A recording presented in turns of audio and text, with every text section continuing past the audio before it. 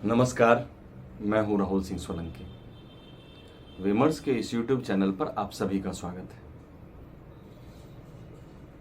जिस तरह 2020 बिहार विधानसभा चुनाव में राजद के नेता तेजस्वी यादव ने 10 लाख नौकरियां देने का वायदा किया था, उसने उस समय के पूरे चुनाव का रुख मोड़ दिया था। उसकी सबसे बड़ी वजह यह थी कि राज्य में बड़ी संख्या में युवा बेरोजगार हैं। अब जब तेजस्वी यादव उप मुख्यमंत्री बन चुके हैं तो इस पे सवाल उठना स्वाभाविक है। इतना ही नहीं, अब नीतीश कुमार जी से भी इस पर लेकर सवाल पूछे जा रहे हैं। इसी संबंध में जब नीतीश कुमार जी से यह सवाल किया गया तो उन्होंने कहा कि तेजस्वी यादव सही हैं और हम उनके वायदे को पूरे करने का काम करेंगे। और उन्होंने स्वतंत्रता दिवस के संबोधन में 10 की जगह 20 लाख रोजगार देने का वादा किया है। हालांकि जब तेजस्वी यादव 10 लाख नौकरियां देने का वायदा किया था उन्होंने, तब नीतीश कुमार बीजेपी के साथ थे, एनडीए में थे, और उन्होंने तेजस्वी के इस वायदे का मजाक उड़ाया था। सीवान के जीरादेई में चुनावी रैली को संबोधित करते हुए उन्होंने कहा था कि आजकल कई लोग कह रहे हैं कि सत्ता में आने पर खूब नौकरियां देंगे, लेकिन इसके लिए पैसा कहां से लाएंगे? क्या ये पैसा जेल से लाएंगे या जाली नोटों से सैलरी देंगे? आपको बता दें कि तब आरजेडी प्रमुख लालू प्रसाद यादव चारा घोटाला के मामले में दोषी ठहराए जाने के बाद जेल में थे। अब जब वापस महागठबंधन की सरकार बनी है तो तेजस्वी यादव कह रहे हैं कि यह हमारे लिए चुनौतीपूर्ण है, लेकिन हम इसका रास्ता निकालेंगे। आपको बता दें कि तेजस्वी यादव को रास्ता उसी मुख्यमंत्री के साथ निकालना है जो 2 साल कह रहे थे कि क्या जाली नौकरियों के द्वारा 10 लाख नौकरियां देंगे। देखिए, 3 बातें हैं। पहला, बिहार की आर्थिक स्थिति को देखिए तो यकीन कर पाना मुश्किल है कि बिहार में मासिक सैलरी वाले 10 लाख नौकरियों की संभावना है। दूसरा, 2005 से अब तक नीतीश कुमार की सरकार में जितनी भी नौकरियां आई हैं उसे उपलब्धियों के दौर पर नहीं देखा जा सकता है। नीतीश कुमार नियोजित नौकरियों और कॉन्ट्रैक्ट वाली नौकरियों की वकालत करते हैं, जिसमें कोई काम करना नहीं चाहता है और जो कर रहा है उससे उसमें भारी असंतोष है। तीसरा, बिहार सरकार वर्तमान कर्मियों को ही समय पर वेतन नहीं दे पा रही है और अब ऐसे में 10 लाख नौकरियों को लेकर भरोसा कर पाना कठिन है। बिहार का बजट 2021-22 में लगभग 2.17 लाख करोड़ का था, जो कि 22-23 में बढ़कर 2,37,690 करोड़ रुपए का हो चुका है। अब अगर ये 10 लाख सरकारी नौकरियां देते हैं तो कम से कम 22,000 करोड़ के अतिरिक्त बजट की जरूरत है। तो ऐसे में यह चुनौती होगी कि यह पैसा कहां से लाएंगे। बिहार आबादी के लिहाज से भारत का तीसरा सबसे बड़ा राज्य है और नीति आयोग के मल्टी डायमेंशनल पॉवर्टी इंडेक्स यानी MPI के अनुसार बिहार भारत का सबसे गरीब राज्य है। बिहार में आमदनी का कोई प्राकृतिक संसाधनों वाला जरिया नहीं बचा है। जो था वो झारखंड बनने के साथ ही चला गया। शराब से एक बड़ा राजस्व बिहार को मिलता था, लेकिन नीतीश कुमार जी ने उसे भी बंद कर दिया। मैं शराबबंदी का विरोध नहीं कर रहा, लेकिन एक सच्चाई यह भी है कि बिहार में सरकार से अलग शराब की एक पैरेलल अर्थव्यवस्था खड़ी हो गई है। बिहार अभी हर पैकेज के लिए केंद्र की ओर देखता है। केंद्र सरकार ने टैक्स को भी सेंट्रलाइज कर दिया है और ऐसे में पैसे जुटाना बिहार के लिए काफी मुश्किल बात है। देखिए, बेरोजगारी केवल बिहार की ही समस्या नहीं है, यह कमोबेश आज हर राज्य की समस्या है। और अगर वाइड प्लेटफॉर्म पर देखें तो यह आज एक विश्वव्यापी समस्या बन चुका है, जिसके जद में विकासशील देश ज़्यादा है। वैसे तो अर्थव्यवस्था विकसित हो, विकासशील हो या अल्प विकसित हो, बेरोजगारी का होना सामान्य बात है। भारत जैसे अल्प विकसित अर्थव्यवस्था में बेरोजगारी आज एक विस्फोटक रूप धारण किए हुए हैं, जिसके मूल कारणों में अनियंत्रित जनसंख्या वृद्धि है, क्योंकि सरकार द्वारा प्रदत्त रोजगार योजनाओं की तुलना में जनसंख्या कहीं ज्यादा बढ़ रही है।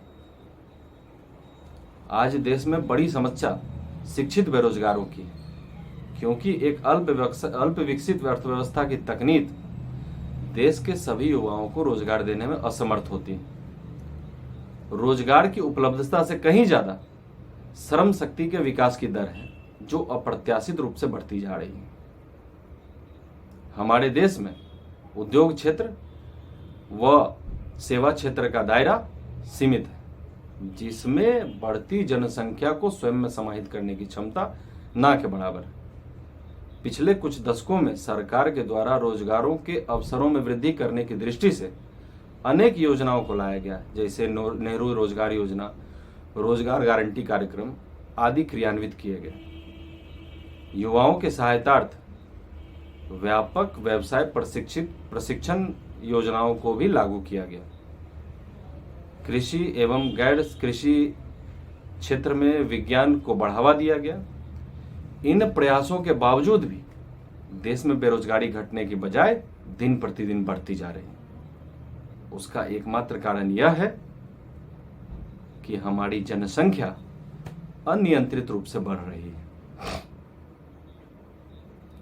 चुनाव पूर्व विकास की राह पर ले जाकर युवाओं को रोजगार देने का वायदा हर पार्टी करती है। हर सरकार अपनी चुनावी घोषणा पत्र में युवाओं को दिवा सपने दिखाकर रोजगार सृजन की बात करती है। इन दिवा स्वप्नों से दूर सरकारें बदलती जाती हैं और एक दशक पूर्व का युवा प्रौढ़ बन जाता है। रोजगार पर जारी होने वाले सरकारी आंकड़े वास्तविकता से कोसों दूर होते हैं। 2014 में जब मोदी जी की सरकार आई, तो अगर बात तथ्य और आंकड़ों की जाए तो पिछले 8 सालों में रोजगार के अवसर को पैदा करने के लिए मोदी सरकार ने अलग से एक कौशल विकास मंत्रालय बनाया। 3rd और 4th ग्रेड की सरकारी नौकरियों में धांधली रोकने के लिए साक्षात्कार प्रक्रिया को खत्म किया गया और इसकी घोषणा स्वयं प्रधानमंत्री मोदी जी ने किया था। बेरोजगारी की दर लगभग 9.5% से घटकर लगभग 4.5% पर आई। शहरी इलाकों के साथ साथ ग्रामीण इलाकों में रोजगारों के नए अवसरों को मुहैया कराने पर सरकार ने विशेष जोर दिया, लेकिन उपलब्धता आज की जरूरत से कहीं कम है। आपको याद होगा, एक समय पकौड़ा पॉलिटिक्स की हर तरफ चर्चा हो रही थी। सत्ता पक्ष इसे रोजगार से जोड़कर देख रहा था, तो विपक्ष पकौड़ों के माध्यम से सत्ता पक्ष पर तंज कसने में कोई कसर नहीं छोड़ रहा था। विरोध प्रदर्शन में सड़कों पर पकौड़े तले जा रहे थे। किसी भी तरह के विवाद को तूल देना अक्सर विरोधी दलों का काम होता है, लेकिन इन मामलों में हमें अपने नजरियों को विस्तृत करने की जरूरत है और करना ही होगा। पकौड़ा तलना एक स्वनिर्मित कार्य है, जो कि एक उदाहरण है कि युवाओं को अपने काबिलियत के आधार पर स्वरोजगार को तलाश करना चाहिए। आज आवश्यकता है कि रोजगार को तलाश करने के साथ साथ आज का युवा रोजगार सृजन पर भी ध्यान दे। प्रधानमंत्री के पकौड़ा बेचने वाले बयान को अनायास ही राजनीतिक रंग दिया गया, जबकि सच्चाई यह है कि पकौड़ा बेचना एक स्वयं सृजित व्यवसाय है, जो किसी भी बेरोजगार के लिए आर्थिक उपार्जन का एक आसान मार्ग प्रशस्त करती है, और यह बात पूरे देश के युवाओं के लिए लागू होती है।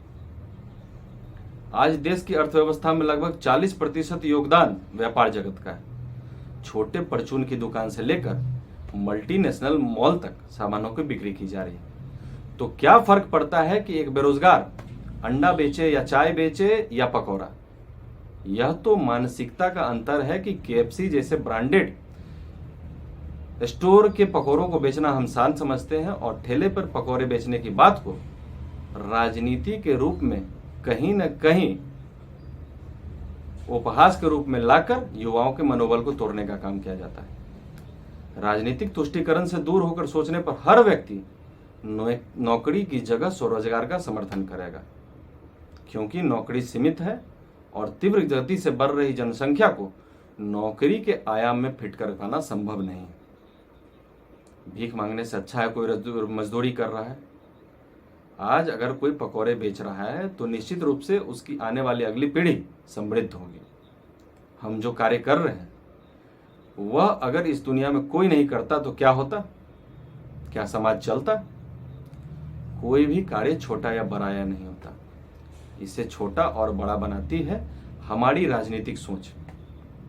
इस आर्थिक युग में बिना धन कमाए कोई सुखी नहीं रह सकता, बशर्ते वह धन ईमानदारी से साथ समाया जाए।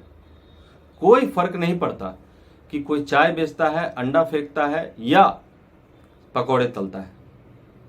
आत्मसम्मान के साथ कमाया गया धन भीख मांगने से सर्वथा बेहतर है। राजनीति में सत्ता पक्ष और विपक्ष दोनों के लिए नौकरी और रोजगार एक चुनावी विषय है, लेकिन युवाओं के लिए जीवन निर्वाह करने का आधार। तो बेहतर होगा कि चाहे वह युवा बिहार का हो या पूरे देश का, युवा नौकरी की संभावनाओं में अवसर तलाशते हुए और समय रहते हुए उपलब्ध संसाधनों का उपयोग कर स्वरोजगार के अवसरों को तलाशें। आज के लिए इतना ही। फिर मिलते हैं अगले अंक में किसी और विषय के साथ। तब तक के लिए इजाजत दीजिए। नमस्कार।